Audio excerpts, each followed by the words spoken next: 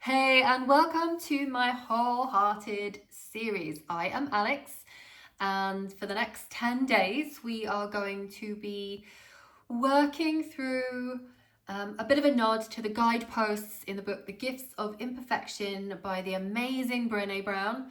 I have been wanting to share this for quite a while, almost 2 years since I read the book. There are lots of reasons why I haven't, so I warn you, this introduction is going to be a little bit chatty. This won't be that in the next 20 seconds, I'm going to hook you in, you're going to know everything there is to know, and you're never going to want to leave.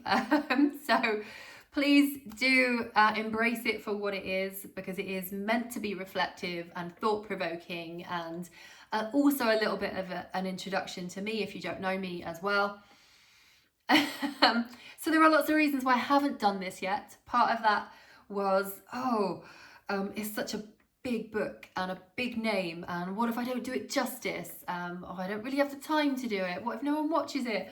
And sometimes there's just been other things going on in life. The noise has got so loud that I've now just decided that I am obviously ready to share it, and I've got a lot to say. So here I am. Across the next 10 days, there will be 10 reflections and 10 practices of a variety. There might be movement, they might not be. You'll find out when we get there. I could sit here and I could go through all the different guideposts. If you've got the book, you know what they are. If you go out and buy the book, you'll know what they are. If you do each day, you'll get a deeper understanding of what they are. So I will share what my kind of seeds of intention and thought are around this. But I want you to primarily, and it's based on the first guidepost, I want you to switch off autopilot for a moment and make an intentional choice to be here and to dial in a little bit and listen. Yes, a lot of what I do is somatic, so it's about the body, and I genuinely believe that armed with a little bit more knowledge earlier on, certainly for me in my life, around the impacts of things like stress or trauma, and what that does inside your body, and the physiology of all of that.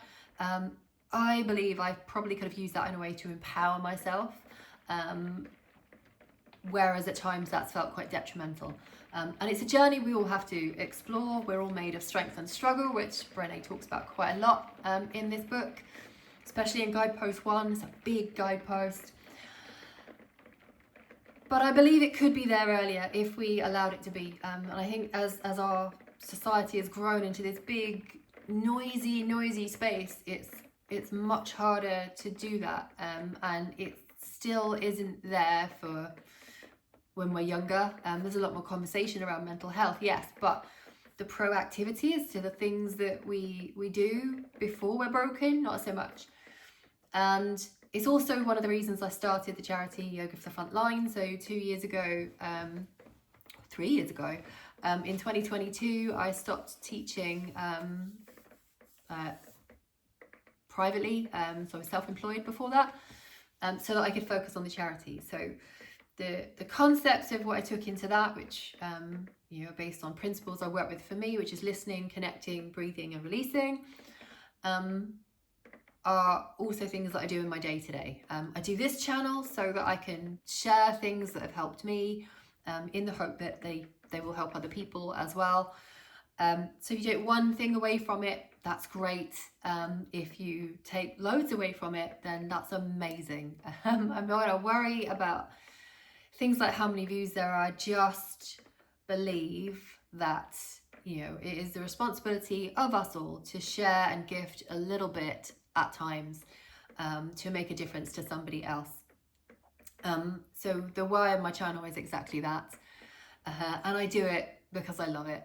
I never used to think of myself, before I read this book, and more recently I've spent quite a bit of time looking at that as a creative person, even though for 20 years, in my 20s and 30s, I was massively into photography. I was into wildlife photography. I would create beautiful prints. I've also developed websites and brochures and done design on the computer and digital restoration and stuff like that. But I always thought creativity was something you did with your hands, and therefore I never felt like I was that creative type. And part of my why is wanting to live a more creative life. So I started doing all these things a couple of years ago, thinking, oh, I've got to learn to be creative with my hands. Until I went on this journey a little bit, this part of my journey, gotta love that word, right? Journey. Which was to realise I am actually a hugely creative person, whether it's putting yoga sequences together or just building something, or, you know, editing videos, all of that stuff. Because it also has a purpose.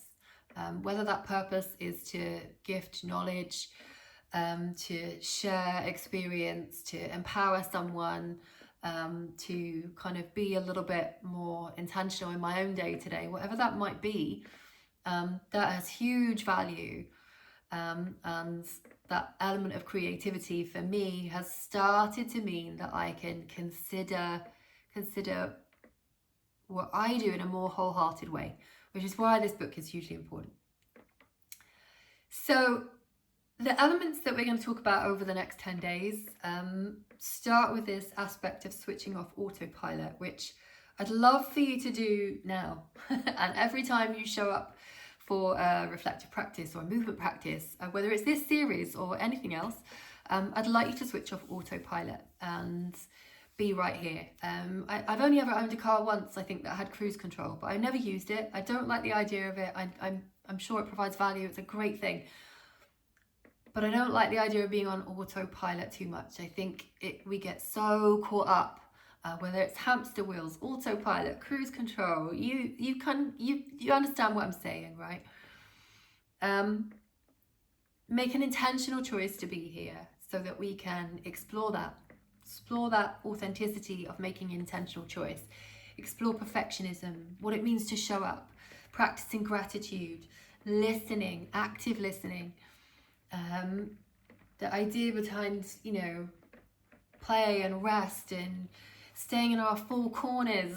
When I talk about being on the mat, being still, something that, you know, many people in our world today really struggle to do, are movement wise, and softness, which underpins quite a lot of it, which isn't quite what you think.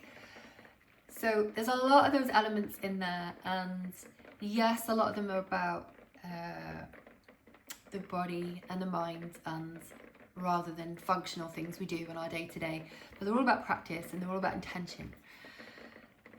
Please switch off autopilot. Join me, and I look forward to sharing it with you. Take care, and I will see you soon.